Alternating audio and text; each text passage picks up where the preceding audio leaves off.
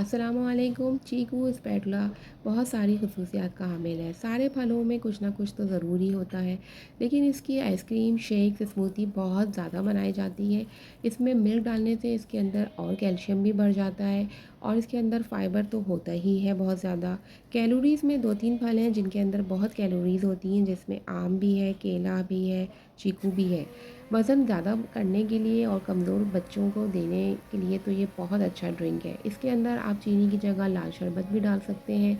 Dry fruits, खजूर सब कुछ मिला के इसकी शेक, स्मूदी बना सकते हैं। डब्बों के जूसेस से तो बहुत अच्छा है कि आप घर में बच्चों को यही बना के पिलाएँ। उनके अंदर बहुत सारा कैलोरीज़ और बहुत ज़्यादा आयरन उनको मिलेगा।